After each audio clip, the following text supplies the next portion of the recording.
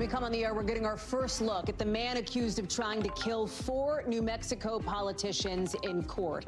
With new video piecing together the timeline of what happened in the days before these attacks began. Part of my conversation with one of the people who was targeted just ahead, and what's next for this suspect. Plus, a stock sell-off at a big tech company announcing big layoffs, as we're also getting some positive vibes from some new economic numbers showing the U.S. may be climbing out of this inflation funk. We'll talk about what's real and what's not about this economy. And lawyers for convicted ex-cop Derek Chauvin say the trial that put him behind bars for murdering George Floyd was not fair. But will a judge agree? Plus, a new study today seems to debunk a kind of popular diet thing, why doctors now say intermittent fasting may not be so effective. And the best-selling female reporting artist ever going back on tour, Madonna, announcing a new trip around the world, how she's grabbing the attention of a new generation of fans years after she came onto the scene. That's later on in the show. Hey, I'm Hallie, and tonight we're coming on the air with the man accused of orchestrating shootings at the homes of 4 New Mexico Democratic politicians, making his first court appearance in just the last few minutes. Here he is in court, Solomon Pena. No plea entered, but we're learning he's going to be held without bond until his next hearing, no release. All of it coming as we're getting some new details about what went down before the shootings, including some new video from a Ring doorbell camera. You're seeing it here. It appears to be Pena showing up at one of these Democratic officials' old addresses, her former home. Listen. Hi, my name's Solomon Pena. Can I speak with Debbie O'Malley? Debbie O'Malley is one of the people, police say, who was targeted here by this losing Republican candidate. We know that, based on what they say, he showed up to other officials' houses. Those officials describing him to us as erratic. He lost this race for New Mexico State House back in November. I talked to one of the Democrats targeted, State Speaker Javier Martinez. He says it was scary and highlights the danger that a lot of politicians are facing in this country, from the local level to the national. Listen. My family came here from Mexico, a place where politics and journalism can get you killed. And the fact that this happens not only in our country, but that it happened in our own backyard is terribly disappointing. Our democracy is fragile, and our democracy is not free. Police arrested Pena earlier this week in connection with these shootings, describing him as the ringleader. Officials say he was angry that the election, in his view, was rigged against him. The New Mexico Secretary of State's office tells our team that's not true, that no fraud was found in the state's election. NBC has reached out to Pena's campaign, no response. Vaughn Hilliard is covering this one from on the ground for us in New Mexico. Vaughn, talk us through what we just saw in court, and importantly, what is going to come next here for Solomon Pena?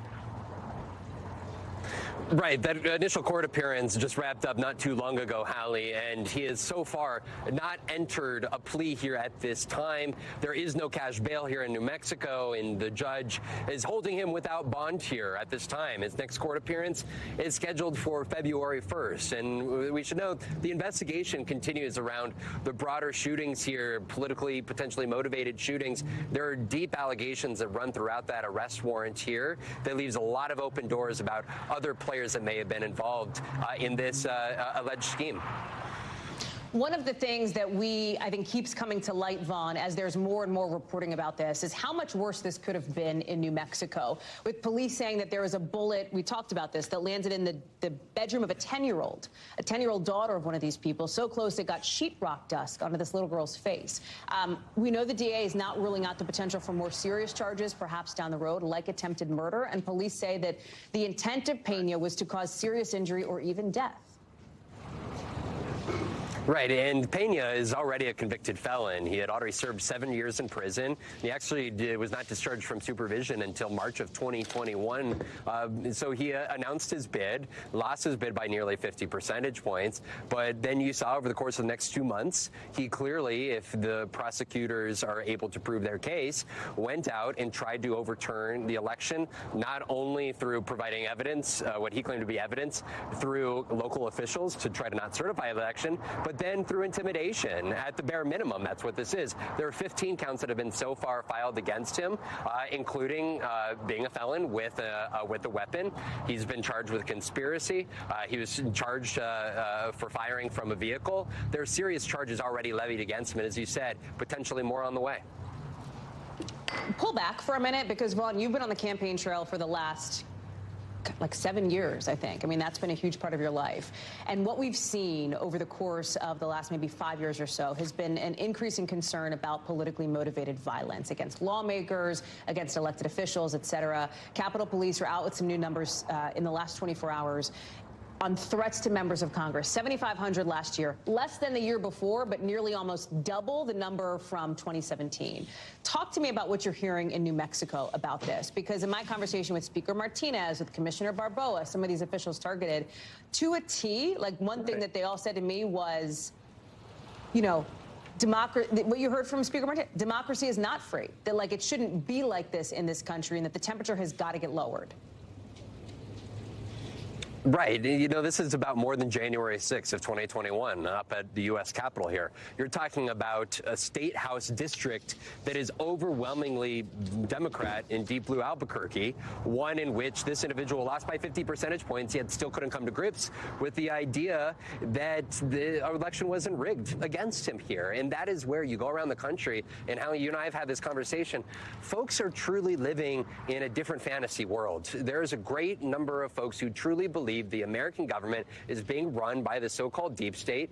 You go back to Cincinnati and the FBI offices back in August that were attacked by that armed individual. There are folks who truly believe that there is an undermining effort underway, and they, along with the likes of a Donald Trump, are at the forefront of it. This is not just Washington, D.C. This is down to local officials here in Albuquerque, New Mexico, Hallie. Vaughn Hilliard live for us there in Albuquerque. Vaughn, thanks for being on the ground for us. Appreciate it. Just before we came on the air tonight, we got some new details on what was found in Idaho murder suspect Bryan Kohberger's apartment with the search warrant just unsealed. Remember, Kohberger's accused of killing those 4 college students, with police apparently finding things like a black glove, possible hair strands, 2 cuttings from an uncased pillow with a reddish-brown stain, and mattress covers with multiple stains, some of which were sent to a lab for testing. Steve Patterson joins us now. And Steve, I know that this is just sort of new into us, new into our newsroom. As you're looking through this, what else are you learning? Yeah, this is all coming out. This is an unsealed, as you mentioned, search warrant from December 30th search of Kohberger's apartment. It tells us essentially 2 things, obtained, by the way, by the New York Times and released in a redacted format. I want to talk about a few things. It tells us a few things. One, it tells us what police were looking for, which was essentially any sort of strand of DNA, any possible blood evidence that they could match to the scene. And it tells us what they found, which you just listed. And I will sort of zoom into a few of these items and explain why they might be important. So hair strands, including possible human and animal hair strands. Anybody that's been following the case know that Kaylee Gonzalez had a dog. If they can match maybe some of the DNA from the hair strand to the apartment, that helps bolsters the prosecution's case. Forensics on these dark red stains that were apparently found possibly on like a pillowcase and maybe a mattress. Self-explanatory. They want to match that DNA from inside the apartment to what they found in the house. Will help bolster the prosecution's case. The single black nitrate glove. More self-explanatory as well. Also, a computer tower, always important in these investigations because they can do a search on the actual search history, which may help explain maybe some of the motive, which in effect helps bolster the prosecution's case. All of this, of course, central to the core investigation, but more importantly, central to the prosecution and central to what's next in this court date, which would be in June for that preliminary hearing, because we know both sides will be presenting evidence and possibly even calling witnesses. So another essential step in this judicial process as we move forward. Hallie? Steve Patterson, thank you very much. We are also getting some disturbing new details today from Massachusetts prosecutors about how they say Brian Walshe killed his wife, Anna. In court today, they say he assaulted and beat her, then dismembered her body and disposed of her remains. They also told the court about Google searches that Brian Walshe made, apparently, in the minutes before he claims he last saw his wife on New Year's Day. Here are just some of those searches. I'm quoting here. How long before a body starts to smell? How to stop a body from decomposing? He Googled, according to prosecutors, 10 ways to dispose of a dead body if you really need to. The next day, Walshe searching, can you be charged with murder without a body, among others. He is pleading not guilty to these charges. Kristen Dahlgren joins us now. Kristen, truly some jaw-dropping moments in court today. Talk us through it. Right. Hey there, Hallie. And it's important to note there is no body. The body of Anna Walshe hasn't been found yet. And so this evidence the prosecutors are presenting is going to be very important as they build a case. So there are those internet searches, but then also things like his cell phone and surveillance video, putting him in the location of 3 different apartment complexes in those days following her disappearance. And they talk about how he was disposing of trash bags on the surveillance video. Listen to what the prosecutor had to say today. He walks to the dumpster carrying a garbage bag. He's leaning, and it appears to be heavy as he has to heft it into the dumpster. And then there is the physical evidence they say they recovered in another dumpster outside of Brian Walsh's mother's home. In that dumpster, they say they found human blood, Anna's DNA, Anna's COVID vaccine card, clothes appearing to be what Anna was last seen in, cleaning agents and gloves, a hacksaw, a hatchet, and shears, Hallie. So quite a bit of evidence presented in court today. Brian Walshe has pled not guilty. It sounded like he was fairly unemotional as some of these details were coming out. He only spoke once to say that he understood the charges here. Is there any word from his lawyers on how they plan to approach this or what comes next? Right. And he did stare straight ahead. He only sort of nodded as they were reading some of those internet searches. We did hear a statement from his attorney. In it, she says it's easy to charge a crime, even easier to say a person committed that crime. It is much more difficult thing to prove it. So she talks about how she hasn't gotten a lot of the evidence from the prosecutors yet, and she will have to see what they have and then also what is admissible in court, Hallie.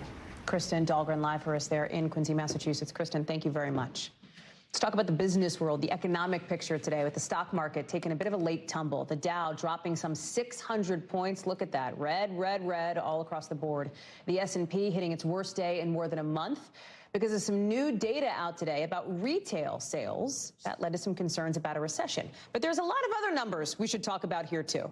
Starting with layoffs and Microsoft. And the number there, 5%. That's how much of its workforce Microsoft says it will lay off. 10,000 employees. Amazon with a new round of cuts today. 18,000 people could lose their jobs. Here's another number that we should talk about today. This one, wholesale prices, what stores spend on stuff. Now, that went down 0.5%. That's actually some good news because experts say maybe that means inflation is getting a little bit better. None of it changed spending habits over the holidays. We talked about retail sales. People didn't spend as much on holiday shopping as expected. Again, less demand for stuff could get maybe prices to come down. And if you're thinking about buying a home mortgage, it's down to the lowest rate since last fall. More people applying, more people want to buy a house. Joining us now is Brian Chung. So, Brian, we just laid out like 4 or 5 different numbers there that paint an economic picture. Help us fill in the paint by numbers drawing. You know what I mean? Like, how should we be seeing the broader snapshot of the economy based on the data that we have? Yeah, well, if I could try to kind of connect the dots here, what it's telling us is that this economy is slowing. The question is it slowing too fast or is it slowing too slow? And what we kind of want to gather from that is whether or not prices are going to go down. That is the big macro question, right? Inflation, inflation, inflation. Prices that peaked at 9.1% more expensive in the middle of last year compared to the year prior. We've seen that inflationary number come down a little bit, but Americans are still feeling the pinch here. So when you look at, for example, retail sales and you see that Americans are not going out there and spending as aggressively as many had expected during the very busy peak holiday season, well, that tells you that the appetite is simply not there, which might actually create pressures on the businesses in this country to lower prices to meet them at an area where maybe Americans would be willing to spend. Hopefully that means prices coming down. We've seen that trend. Does that continue this year? We'll have to see. But then put us in the mind of some of these big corporations like Microsoft or Amazon. And I know that you are neither the CEO of Microsoft nor of Amazon, so let's take that for what it's worth, right? But if you're looking at the economic picture, what's up with these big tech companies moving forward with layoffs, given some of the numbers we're seeing? Help us understand that. Yeah, well, when it comes to these big tech companies, when money was cheap and borrowing costs were really low, then you can do lots of moonshot projects, right? That's what the tech companies are known for. But guess what? The Fed hiked interest rates at the fastest rate they've seen in decades. That means that those big tech companies have to trim. They have to cut costs. That's what shareholders want. That's the reason why we're seeing these big, eye-popping headcount reductions at the likes of Microsoft. Walk us through this mortgage rate drop here. We talk about the housing market a lot on this show. It feels like it is aspirational for so many people, right, who maybe want to buy a house, can't buy a house right now. What's going on with supply and demand? Yeah, well, for what it's worth, mortgage rates are not directly related, rather, to what the Fed is doing, but we've seen that mortgage rates have come down from the peak of around 7% last year, and that has incentivized people to get more active into the buying market, as we saw mortgage applications go up by 28%. But keep in mind, the Fed is continuing to raise interest rates. Don't expect to see 3 or 3.5% mortgage rates anytime soon, Hallie. Brian Chung, there's nobody we want to connect the economic dots more than you. Thank you for helping us do it. You have achieved it. Thank you, friend. Appreciate it. In a Minneapolis court today, lawyers for ex-cop Derek Chauvin are making an argument to try to toss out his convictions in the killing of George Floyd. I know you remember this case. It triggered huge Black Lives Matter protests after Floyd was killed. And today, Chauvin's lawyers say the pretrial publicity around it all was too much for it to be fair. They say it was not a fair trial, calling out how the trial's courthouse at the time had a ton of security. I remember, actually, some of these pictures that we're going to show you in a second. Barbed wire, National Guard troops, concrete blocks, all in the event that the jury acquitted Chauvin. Floyd died after Chauvin pinned him to the ground with his knee on his neck. He was sentenced to 22.5 years after the jury found him guilty of murder and of manslaughter. Chauvin later pleaded guilty to a federal civil rights charge and was sentenced to 21 years. Shaq Brewster joins me now. Derek Chauvin is supposed to be spending a lot of time in prison. But today, his attorney wanted to highlight how much attention this case has drawn. And according to him, that made it unfair to Chauvin. Help us understand that, because there are a lot of cases that get a lot of attention, and there's not an automatic assumption that that means that they are not fair.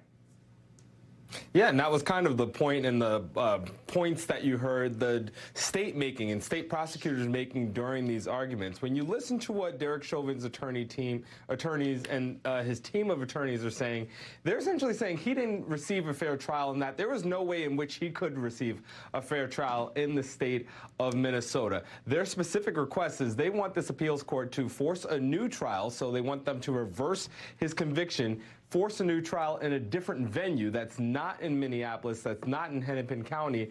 And if not that, then they want the sentence to be reduced. And the main reason that you heard is those pictures that you're seeing on the side of the screen next to me. They said that if you looked at the courtroom, it was very clear the implications of this trial. There were riots before. There were dramatic protests, not just in the United States, but all around the world. There was no way, in their words, that there was going to be an impartial jury that could be seated. You also heard them really point at one juror in particular, juror number 52, who after the trial, there are images of this juror attending a protest in Washington, D.C. on the anniversary of MLK's I Have a Dream speech. They said that this juror was not clear about that during the questioning process ahead of the trial. That is a point that they spent a vast majority of time on, but you also heard met with a lot of skepticism from the judges on the panel. I want to take you inside the courtroom and listen to that moment there. I'm having a hard time understanding how he was not forthright at all in terms of answering any of the questions. Because of if he would have revealed the issues about the march, rally, protest in Washington, it would have prompted other questions from counsel. Which goes back to, isn't it counsel's duty to ferret out those questions and ask those probing questions? And that was the point that you heard the state really pick up on, saying that this was your responsibility to ask those questions, that this was a fair trial, and they praised the judge for handling this case so carefully. One thing that I think is important to talk about here, Shaq, is that some experts have suggested that this particular issue at hand here and what we're seeing unfold that you're describing could actually be less relevant to Derek Chauvin and more relevant down the road for, future police-involved killings, if you will. Explain that piece.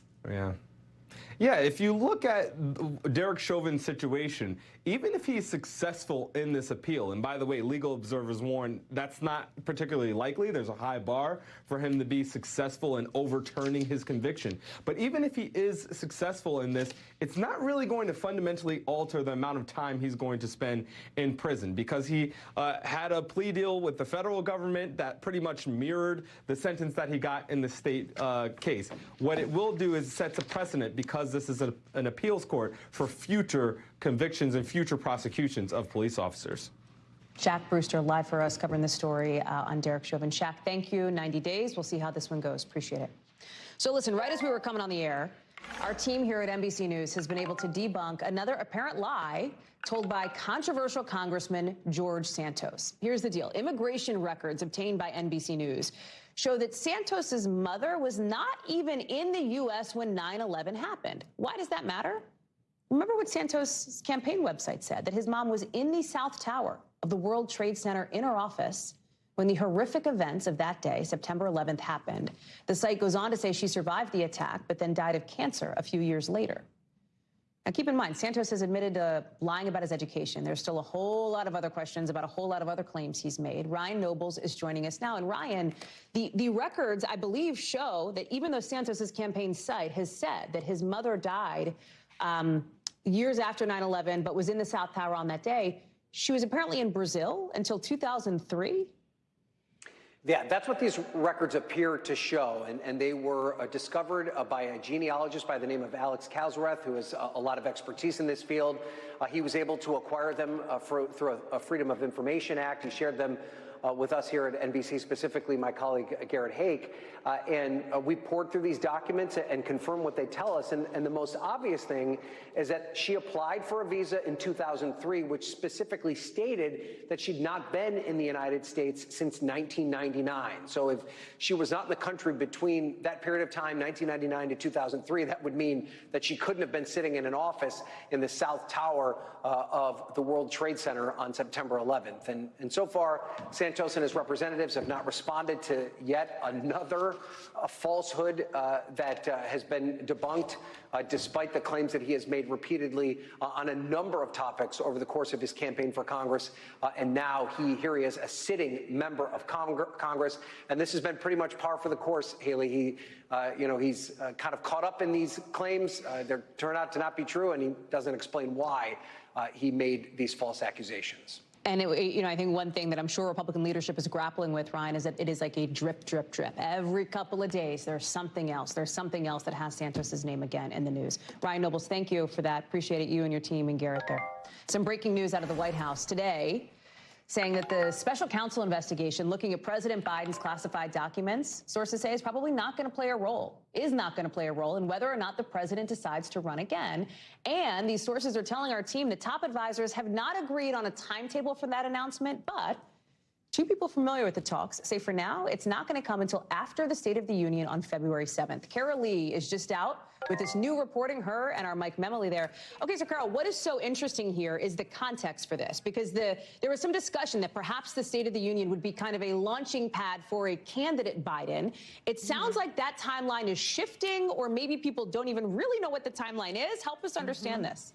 I think it's, Hallie, that people really just don't know what the timeline is, that it's just been fluid, that the president has not told his aides that he's made a final decision, so they're still working through a lot of the machinations of this. But what this was described to us in terms of the decision to do this after that February 7th State of the Union as the White House wanting the president to be a president when he stands there before both houses of Congress and not a candidate. So they want that moment to be seen as very presidential, that the president is presiding in his job that he holds in office and not running for re-election. So they're trying to separate the two things there. And then they're also saying that this documents investigation is not going to affect the president's timeline. And adding to that from their perspective, they don't think that the documents, whatever comes of that investigation, is going to be an issue in November of 2024. That all remains to be seen, but that's the White House's view at this stage.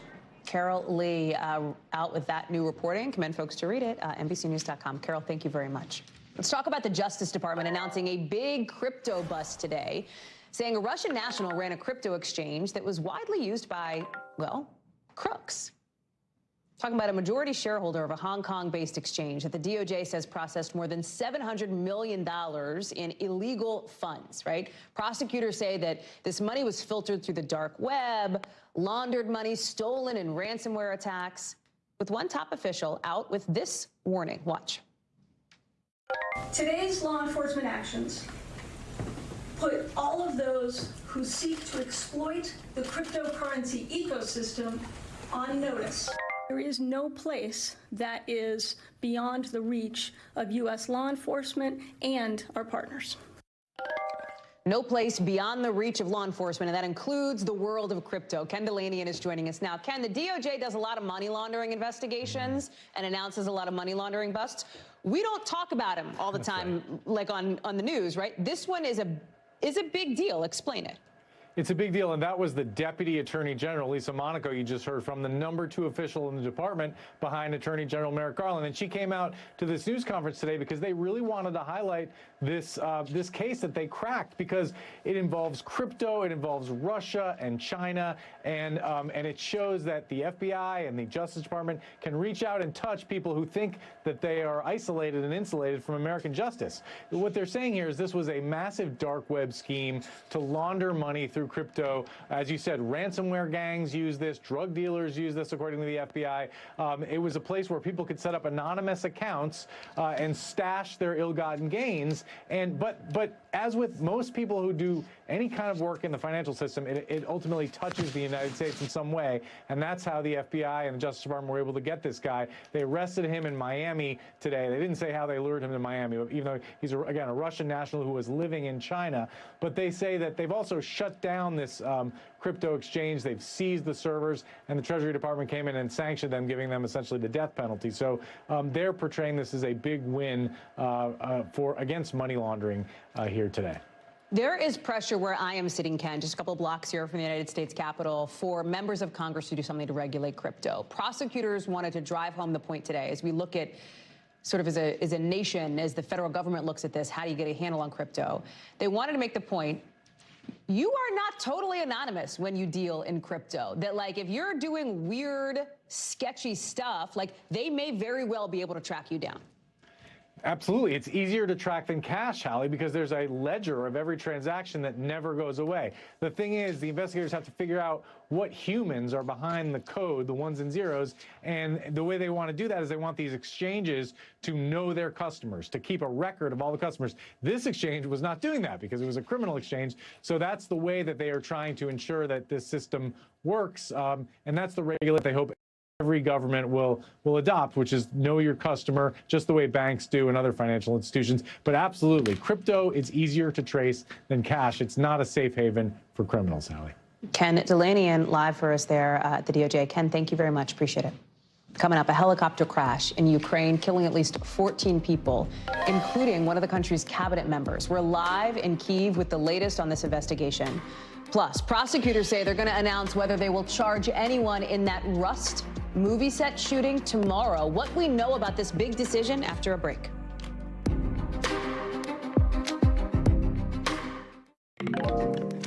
We are finding out today that 2 U.S. citizens and 2 legal permanent residents were among those killed in that plane crash in Nepal over the past weekend. The State Department spokesperson confirming their deaths, saying that the U.S. is ready to support Nepal in any way. You'll remember this Yeti Airlines flight crashed right before landing on Sunday, killing all 72 people on board. The investigation into how this could have happened is still going on. Investigators are also looking into why a helicopter went down, killing Ukraine's interior minister and some other government officials today. But they say there's no evidence that the helicopter was shot down. Today you have the President, Biden, First Lady Jill Biden expressing their condolences, saying that the U.S. stands with the people of Ukraine in the face of this tragedy. The Ukrainian president, Volodymyr Zelensky, says in all 14 people were killed, including 1 child. You're looking at some of the images here of the crash aftermath, which happened just outside Kyiv. The crash happened right near a kindergarten, damaging that building, along with the 14-story, like, kind of apartment building, basically, a building where people live. Raf Sanchez is joining us now. And Raf, you know, what happened here? What could have been the cause? Do we know? Well, that is the big question, Hallie. It is a question that President Zelensky has told Ukraine's state security agency to get an answer as an absolute top priority. This is the domestic security agency of Ukraine. You could compare it to the FBI. It has a much bigger role than that in domestic security. They say, Hallie, they are ruling nothing out at this stage. They say there is a possibility this was pilot error. There was heavy fog across Kyiv today when that helicopter went down. They say they're looking into the possibility there was some kind of technical malfunction on board that government helicopter. But Hallie, they say it is also possible that this was a deliberate act to bring down a chopper carrying the Interior Minister of Ukraine, several of his top aides. Now, as you mentioned, there is no indication this helicopter was shot down by the Russians. We have not seen any Russian aircraft over the city today. We have not seen any Russian missile activity. But the possibility, I assume, that the Ukrainian investigators are looking at is whether this could have been some kind of sabotage, whether something could have been planted on this helicopter. So President Zelensky is saying he wants answers, he wants them soon. Yeah. But as you know, Hallie, investigations into aircraft crashes, they can take a while. Yeah, they sure can. I think people know Volodymyr Zelensky, the Ukrainian president. I think he is a familiar face to a lot of people in this country. This interior minister, not so much, but the highest ranking government official who has died since Russia's invasion of Ukraine started almost a year ago. I mean, this is somebody who is a real player in the Ukrainian government, a critical person. A real player, a very, very senior member of President Zelensky's wartime cabinet. And remember, Hallie, right? This is not just any government operating under normal times. This would be a big job at the best of times. But during war, when they are constantly looking out for Russian spies, Russian saboteurs, that was the job of the Interior Minister. That is why President Biden praised him in this statement today, saying he was one of the leaders in Ukraine's fight to preserve its democracy. You could compare his role to the Secretary of Homeland Security in the U.S., but he really had a more expansive remit than that. He was in charge of the police. He was in charge of the emergency services. Hallie, we actually drove to the Chernobyl nuclear power plant this morning before this crash in Kyiv. We turned around and came back. But as we went both ways, we passed through a dozen or so Ukrainian checkpoints. Many of those are manned by forces from the Interior Ministry. So this is a very, very serious job. President Zelensky has tapped one of the other deputy ministers, a surviving deputy minister, to fill the role at least temporarily. But this is too important a job to not fill permanently. So we may see a replacement sometime in the coming days, Hallie. Raf Sanchez live for us there in Kyiv with that reporting. Raf, thank you. Let's get you over to the 5 things our team thinks you should know about tonight. Number 1, Georgia police say speeding was the main cause of the crash that killed a University of Georgia football player this weekend, along with another individual, according to the police report. They say defensive lineman Devin Willock was not wearing a seatbelt. A 24-year-old staffer who was driving also died in the crash. Number 2, a big update on a major Supreme Court case. During oral arguments, it seems like justices were leaning towards ruling in favor of a deaf student who says his school did not provide him a sign language interpreter. The student sued after he said he couldn't graduate because of it. He's hoping to create a clearer legal pathway for other disabled students. Number 3, Billie Eilish now requesting a restraining order against a guy who allegedly broke into her parents' home earlier this month and then professed his love for Eilish. According to her court filing, the singer says she is very scared for her and her family's safety, and that this 39-year-old man showed up at her parents' house multiple times in the past few weeks. Number 4, a big upset at the Australian Open. All-time great Rafael Nadal, the defending champ and the top seed. Spoiler alert, man, he lost. He lost to American Mackenzie McDonald. Nadal hurt his hip during the match and then said afterwards that the loss has destroyed him mentally. Number 5, Marvel movies are making their way back to China. They've pretty much been banned there for the past few years. Officials who approve foreign film releases never gave a reason why they blocked these movies. But Black Panther, Wakanda Forever, and the new Ant-Man movie are going to be the first one to hit screens in China next month. In the last couple of hours, we're learning about a big decision set to come tomorrow from a New Mexico district attorney about whether or not she plans to press charges in the shooting death of cinematographer Halyna Hutchins on the set of the movie Rust. A spokesperson for the DA giving 0 clues about which way they're leaning, simply saying that this announcement is going to be a solemn occasion to respect the victim's family. You probably remember this story. It was huge news. Hutchins died in October of 2021 when a prop gun fired by the person you see on the left side of your screen, Alec Baldwin, went off. The DA's office has said Baldwin is one of 4 people who could face charges. Again, we don't know. Baldwin has insisted he did nothing wrong. The producers of the film reached a settlement with Hutchins' widow last fall. Angela Sanadella joins us now. Angela, you know, what is the anticipation here? Because there are 4 people, as we said, who could face charges. What has this investigation looked at so far? There is so much anticipation here, but I would disagree that there are no clues. So first of all, we have not seen this thorough of an investigation in a long time. The investigators took a year before they gave any such report to the DA. And then the DA in October filed for funding from the state to pursue these massive criminal charges. This is an extraordinary step. Like, a DA would not be doing this unless they expected to use this money. Otherwise, they have to return the $300,000 that was approved. As a result, I believe that they are going to file charges tomorrow, and we're going to see them trace the path of the ammo from the ammo supplier to the people who looked at the gun, to the people who put the ammo in the gun, and then also to Alec Baldwin himself, very possibly, who shot the gun and who also refused training from the armorer, according to the armorer's own words. Could there be an expectation, and I hear you, this was a long investigation, this statement didn't seem to tip hands one way or the other. Is it entirely possible that the DA could come out and say, like, we're not going to charge anybody here? Of course. I mean, absolutely anything is possible. But first of all, to come out with such a strong statement like that, to put everyone on guard and ready for an announcement, seems a little anticlimactic for a DA than to say, actually, no charges will be filed after we made a fuss to the state and got funding, etc. So I believe we're really leaning in that direction, but anything could happen. Who knows? Angela Sanadella, thank you very much for that. We will see how that goes. Obviously, we'll be covering it tomorrow right here on the show. Appreciate it. When we come back, a new study takes a look at what matters more as it relates to weight loss, when you eat or what you eat. We're going to tell you what researchers found after a break.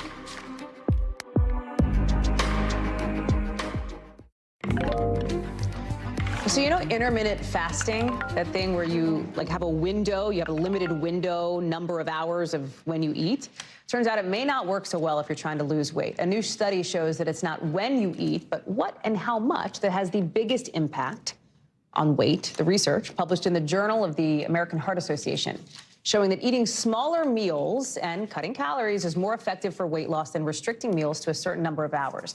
The study analyzed the health records of nearly 550 adults over 6 years and found that the amount of time between a person's first and last meal of the day was not linked to weight loss. Dr. John Torres joins us now. Dr. John, help us, walk us through this, right? Because there's been a lot of talk about intermittent fasting. I know there's a lot of people who do it. It's the kind of thing where, let's say your last meal is at 8 p.m., then your next meal is at noon or whatever, right? You shrink the number of hours in a day when you're actually eating. It seems like it doesn't work, but all bodies are different bodies. Is it really so easy as to say calories in, calories out? It feels like that has also been debunked. It's just more complicated than that for a lot of people. And Hallie, that's one of the big keys here, and one of the things that we're looking at with a study. But I myself have been doing intermittent fasting for the last couple of months and have had a little bit of success with it. I start at 9 and end at 7, and some studies are saying it works. This study is saying it doesn't work, and what they're saying works: smaller meals, like you mentioned, and having more of those meals throughout the day. So the portion control, the calories in, and I learned in medical school decades ago that it was calories in and calories out, and since then the studies have expanded on that. And part of it is, if you look at this study, it's the demographics behind the study. Here, the average age, again, 550 people participated. It was a 6-year study. They've tracked their meals for 6 months and then looked back 6 years to see how much they weighed and their height, and they went forward 4 months to see if they'd lost any weight. But on the average age, 51. 8 out of 10 were women. The Atlantic coastal region where most of them came from. And so you can see the demographics weren't matching the demographics of the country in particular and of the world in general. And so that brings into the question, how appropriate is this, or how much does this apply to everybody? There's no one answer here, Hallie, and that's probably the main thing. No one answer behind it. And that's why we're seeing all these different studies showing different things. This one said, it doesn't matter if you space out the time between you eat and go to bed. That doesn't seem to matter. The time between you wake up and have breakfast, that doesn't seem to matter. Other studies have said, yes, it does matter to a certain extent. And all these are to a certain extent, meaning that you need to try these different studies for different reasons and for different people. And it doesn't happen in isolation. this diet or this type of eating on top of exercising as well, those calories out type portion of it, that's the key to weight loss. I guess I just struggle with this sometimes, Dr. John, because is it truly as simple as calories in, calories out? What about hormones? What about family history? What about genetics? What about things like trauma, right? I mean, there's so much that goes into each person's individual, body journey. All bodies are good bodies, right? Is something that is also out there. The weight loss industry is a huge, it's a huge industry, $58 billion. It is a moneymaker here. And it just feels very complicated sometimes, I think, for people who are trying to make sense of this. And Hallie, it's extremely complicated, and that's why it's such a big industry, because they can kind of cherry pick which study they want to go with, highlight that study, and have their product or their diet aimed at that study and say this is going to help. And it might help some people, but it's not going to help everybody. And like I said, we learned decades ago, calories in, calories out. Subsequently, over time, we've learned that doesn't necessarily mean the same thing for every person. Calories out could be exercise, but on top of that, your metabolism, how you digest the food, your gut microbiome, all these different things count up for the calories in, how much you digest, and the calories out, how much you burn off, because we don't all do it the same way, Hallie. So you're right. Everyone's individualized. There's no one answer for everybody. And the industry is certainly looking at this saying, hey, this might be a new way to do a diet. Let's see if we can make some money off of it. Dr. John Torres. Dr. John, always good to have you. Thank you very much. You bet. Coming up, millions of Americans under weather alerts tonight, possibly snow, possibly tornadoes. We'll talk about where it's all headed. Plus, a slow speed chase in North Carolina. Look at this, how police eventually stopped this allegedly stolen tractor in the local.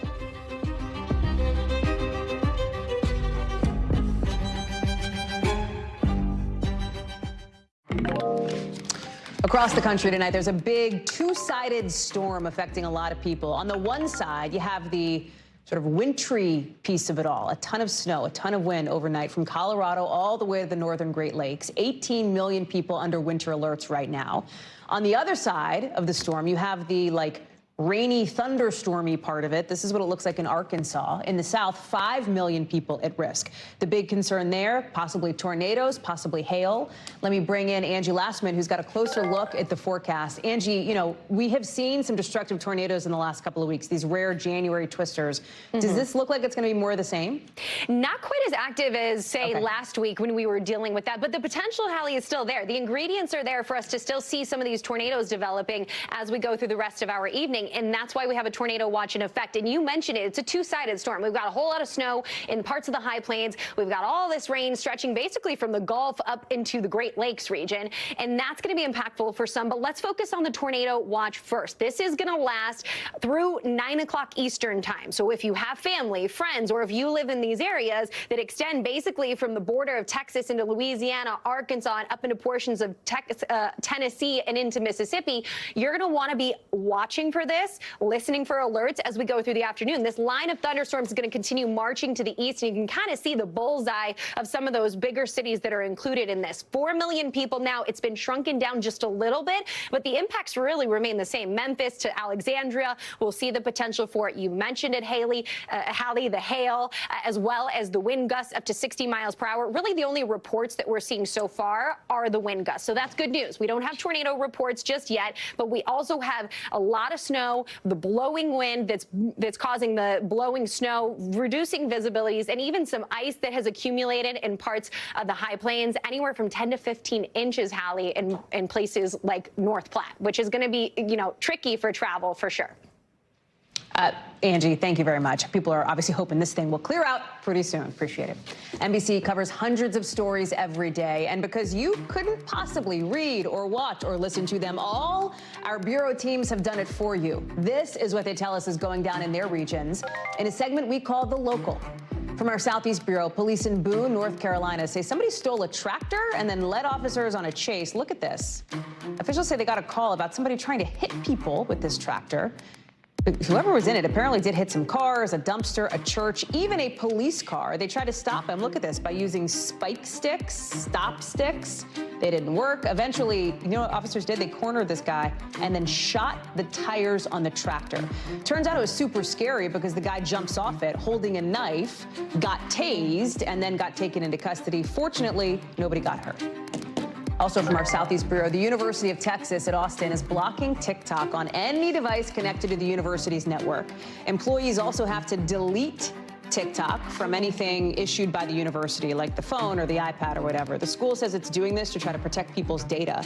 TikTok telling our Austin affiliate it's disappointed in the move and that this policy is based on false info and won't do anything to advance cybersecurity. From our Western Bureau, firefighters and neighbors helped rescue, look at this, 70 Pomeranians and a cat from a burning house in California. Neighbors actually brought over their own crates to try to help corral the animals. They say they knew the family had dogs. They didn't know just how many dogs. One of the people living in the home was taken to the hospital for smoke inhalation. No word yet on the cause of the fire. 70 dogs, 1 cat. How about that? Still to come. Madonna is used to causing a commotion. She doesn't seem to care about all the people hung up about her bad girl behavior over the years. Well, now the Material Girl is taking her decades of music back on tour. What we know about it. Did you catch all those song titles? Count them. Next.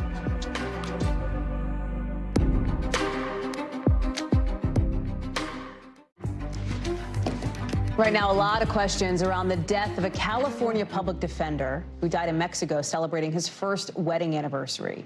His family's lawyer says he died Saturday outside his hotel room in Rosarito Beach, about 30 miles from San Diego, with the Attorney General in Baja California saying it looks like he died from a fall from a 3-story balcony, basically, or window. But his family thinks he was the victim of, in their words, a brutal crime. Here's Erin McLaughlin. Hey there, Hallie. What began as a trip to Mexico to celebrate his wedding anniversary ended in tragedy. Now the family of 33-year-old Elliot Blair is demanding answers, saying they believe he was the victim of a brutal crime. The Orange County public defender was on vacation with his wife at a resort in Rosarito Beach, which is just 32 miles south of San Diego. According to a statement from the family lawyer, Blair died on Saturday. His body was found in his underwear and socks and a sleeping T-shirt outside of his hotel room where he and his wife were staying and had stayed in the past. The statement adding that Blair was not intoxicated. Now, the family says they've not heard about his death directly from local authorities. Instead, they learned about the death from a liaison to the coroner's office. The liaison telling the family that Blair died of severe head trauma and that his case had been forwarded to prosecutors for a possible homicide investigation. Now, the Attorney General of Baja California did not respond to NBC's request for comment, but in a statement to the Orange County Register, the Attorney General said the death appeared to have been the result of an accident from a fall. The deceased, according to that statement, falling from a 3rd-story floor. Now, the U.S. State Department said it was aware of reports of the death of a U.S. citizen in Rosarito Beach, Mexico, and stands ready to provide consular assistance. Meanwhile, the family says it plans to carry out its own private, independent investigation. Hallie. Our thanks to Erin McLaughlin there with that reporting. We'll stay on top of those developments. We want to bring you an update now on a story that we've been bringing you for a while. A date now for the Senate hearing that Taylor Swift fans, including several on this team, have been waiting for next Tuesday. The problems, and that's probably being generous, with ticketing for her tour are going to be looked at by a Judiciary Committee subcommittee. You're going to remember Ticketmaster. I'm sure you remember this. If you have anybody in your life who is under the age of 28, like you know about this. Ticketmaster scrapped its general on-sale ticketing for Swift's tour after a verified fan pre-sale crashed the site. Hundreds of thousands of fans were shut out. No word yet on witnesses for the hearing. Do you know what I mean? Like, could maybe somebody big show up? We're going to find out. Speaking of pre-sale tickets, if you don't have yours for Madonna's yet, get ready for Friday morning, 10 a.m. for your chance to see the Queen of Pop take the stage. Madonna launching her celebration tour. She's going to go through her 40-year catalog of music in a 35-city tour, 6 months coast to coast in the U.S., then over to Europe, wrapping up in Amsterdam in December. Madonna says the tour is going to pay respect to her adopted home of New York City. That does it for us this hour. More for you here tomorrow, same time, same place. Coverage picks up right now.